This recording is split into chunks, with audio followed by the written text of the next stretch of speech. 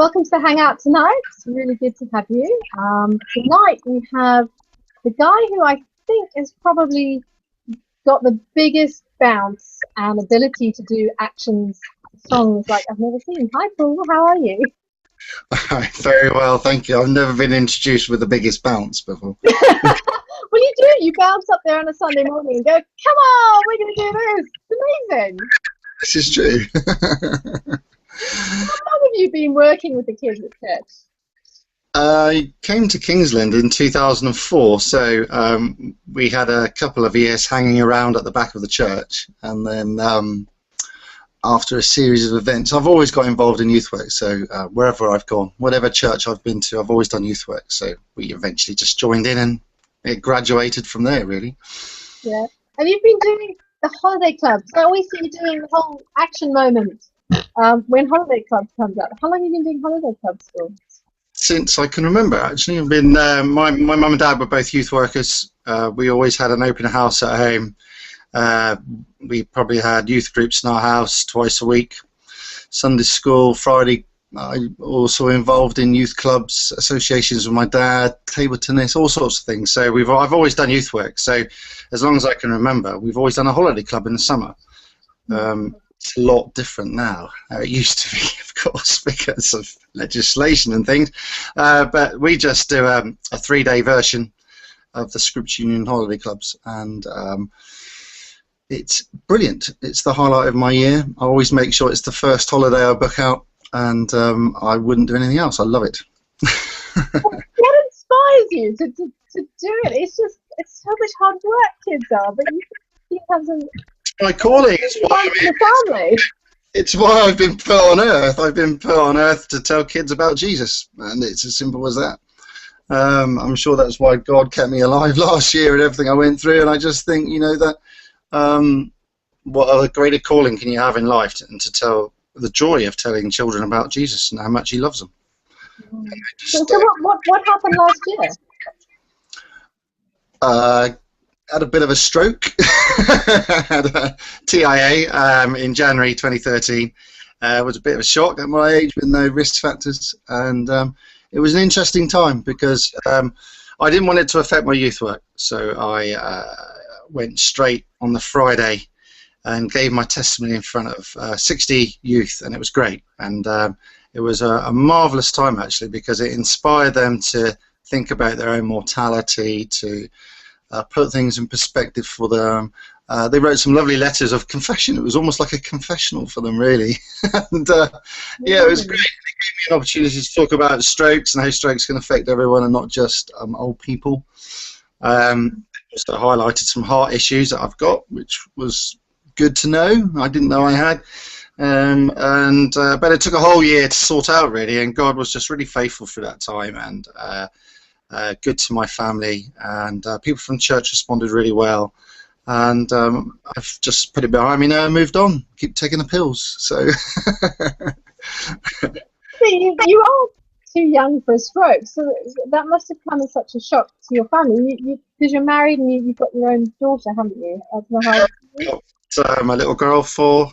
I've got 2 older children from my first marriage, 20 and 18. And yeah, it was a shock, but you know, these things happen. You know, these things happen in life. It's just life, so it is. You just get on with it. And oh, you've gone dark. I've gone dark. I'm in the office at Kingsland, and I haven't waved my arms around enough. I'm still here. Okay. It's dark. We all have this problem. I got a great family, and it was a shock, but you know, these things happen, and worse things have happened to people that I know, and you just trust God. Either it's your time or it's not. The first 30 days after a TIA is a bit of an issue, so that was a bit interesting, really. Going to bed each night knowing that you got a 30% chance of having a major stroke for the whole 30 days was a bit stressful. But basically, you go to bed every night thinking, okay, I'm all right if I go. If you go and take me, Lord, that's fine. But I made a deal. I said, with God, you know, I'd really like to walk all 3 of my girls down the aisle, if you don't mind. I'd quite like to see my first grandchild. And if you keep me going, I'll always do youth work for you. So I've made a contract with God a long time ago. And as long as I'm able, if people want me, I'll keep doing it. Yeah. So, how do you tell a kid about Jesus? What's the secret? Where do you start? It starts with a smile on your face, I think. Yeah, I think you have to. You can't. I was going to say, you can't trick kids into telling children into saying something that isn't real in your own life. So it's got to start with your face, and it's got to start with your actions. It's got to start with some important factors, I always think. You've got to learn the child's name, and you develop a relationship. There's no quick fix for children.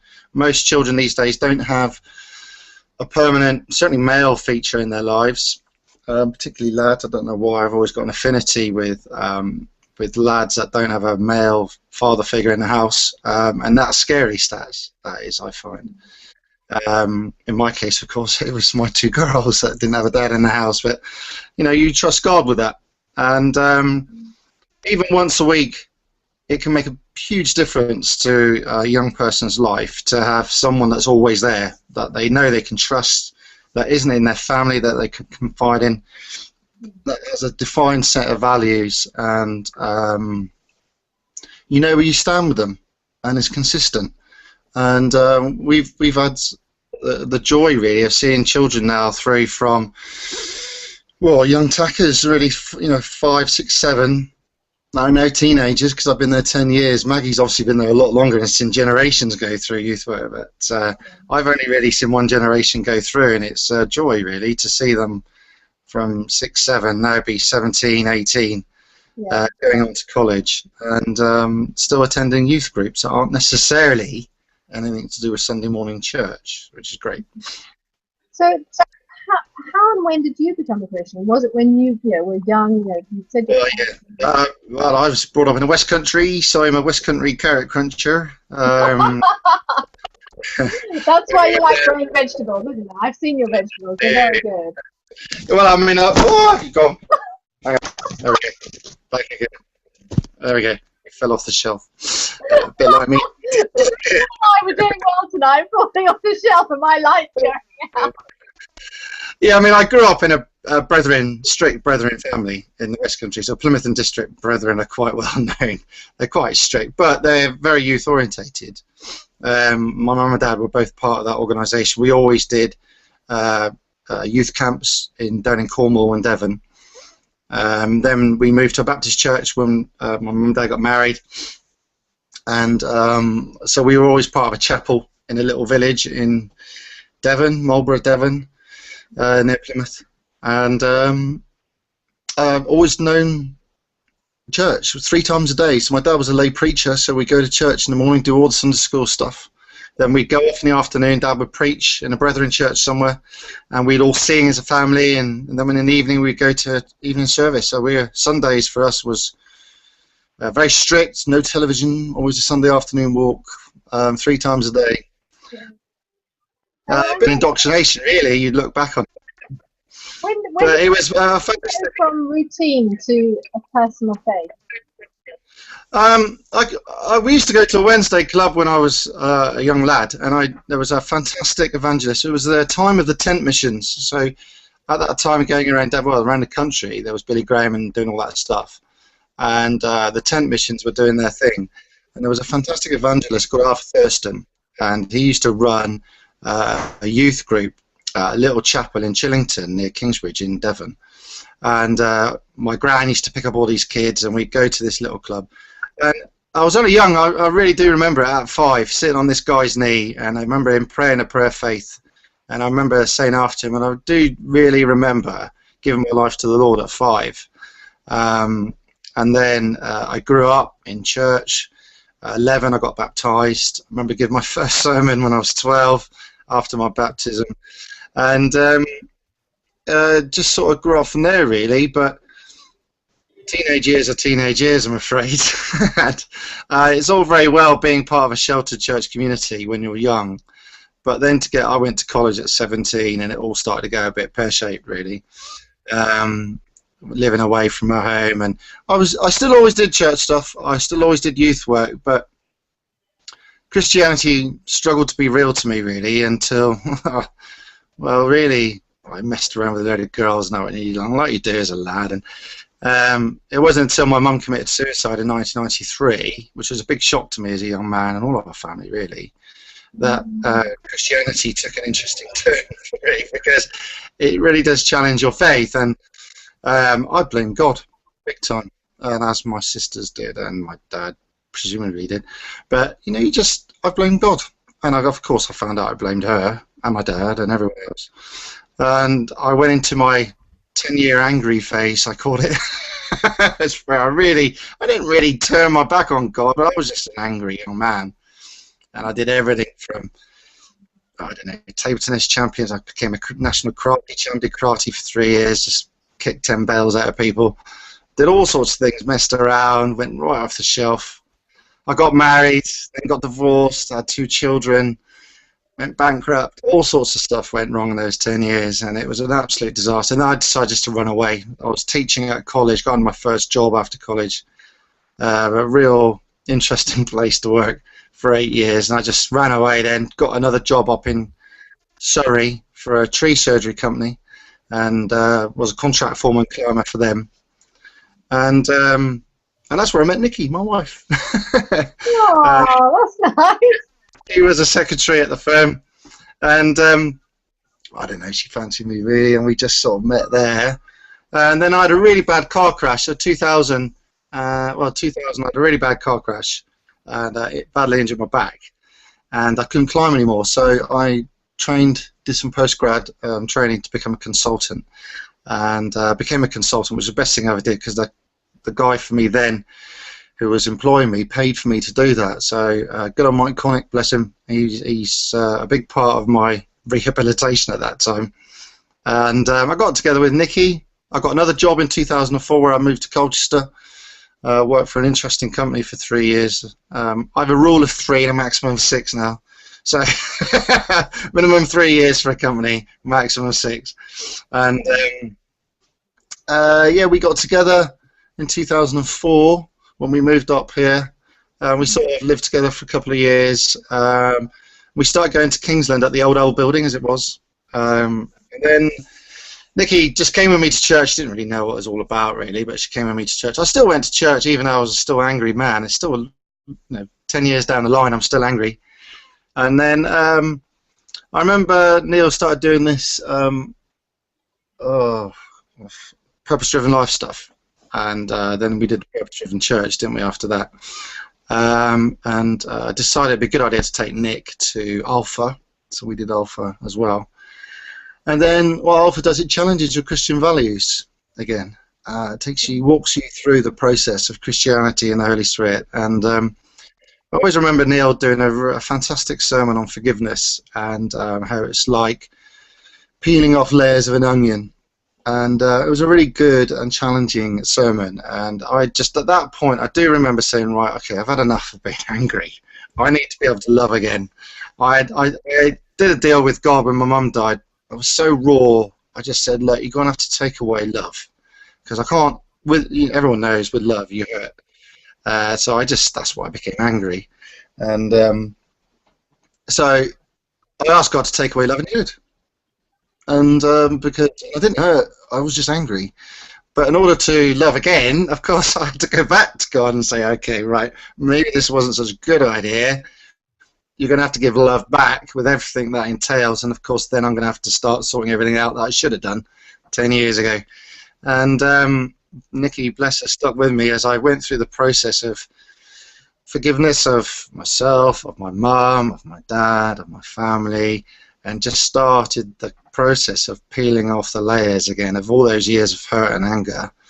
And of course that has add-on benefits of improving your spiritual life, and then you become so grateful. I was just so grateful about everything that I just thought, I've just got to throw myself into service. And I think it's a bit of a lesson for life, really. People, when there's stuff going on, no one knows what's been on in people's lives.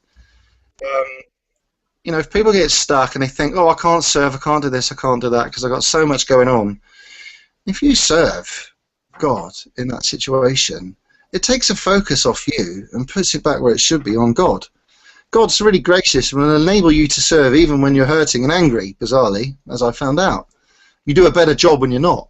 but it does enable you to serve, and it transforms my life again, really.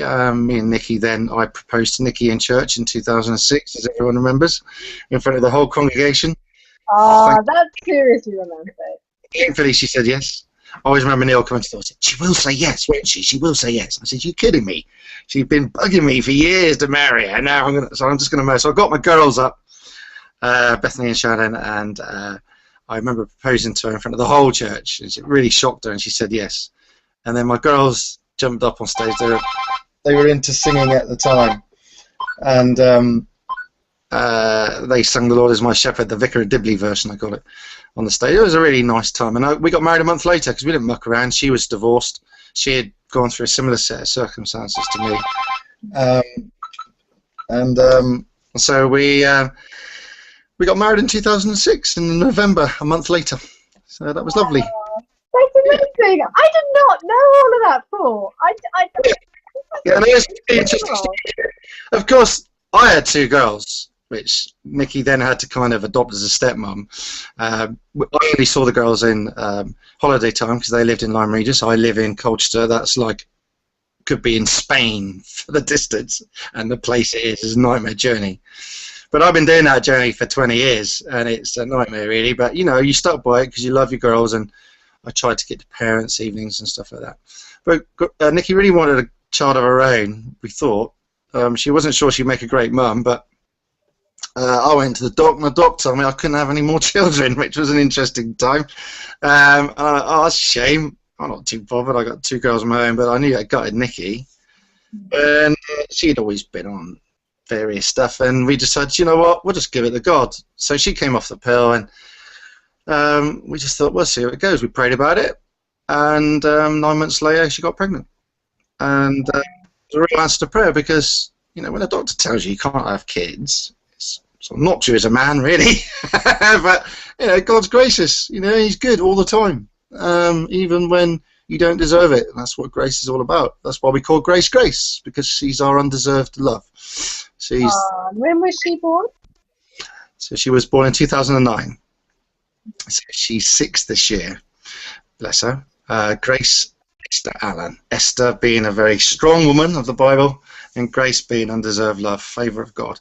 So, yeah, that's why we call her Grace. And we always said that she's not ours, Lord. We're just looking after her for you. And we know that Grace has got great things to do in the kingdom. And we just look forward to seeing what she's going to grow into. So that's how Grace came along. That's how I got married. Wonderful. And when Grace was little, I remember, wasn't it when she was tiny, you saw this whole "Who Let the Dads Out" thing? Yeah, we started. I'm always looking for the new and current ways of doing children's work, and "Who Let the Dads Out" came along. I thought it was a fantastic concept of. There's loads of toddler groups for women. Nikki started a toddler group. She'd never done that before. She does it really well. So she started up a toddler group with Amy, and I started up "Who Let the Dads Out" with Jamie at the time. And we started just once a month. One Saturday, you get dads to come along, we eat bacon butties, read the paper, and the kids in the middle of the floor, and they do their own thing mainly. Which, you know, a mum would throw their toys at the pram about, but you know, it works for dads. And we just have a yarn and basically moan about our missuses and let the kids get on with it. And it's a really valuable time for dads to get together and talk to other dads.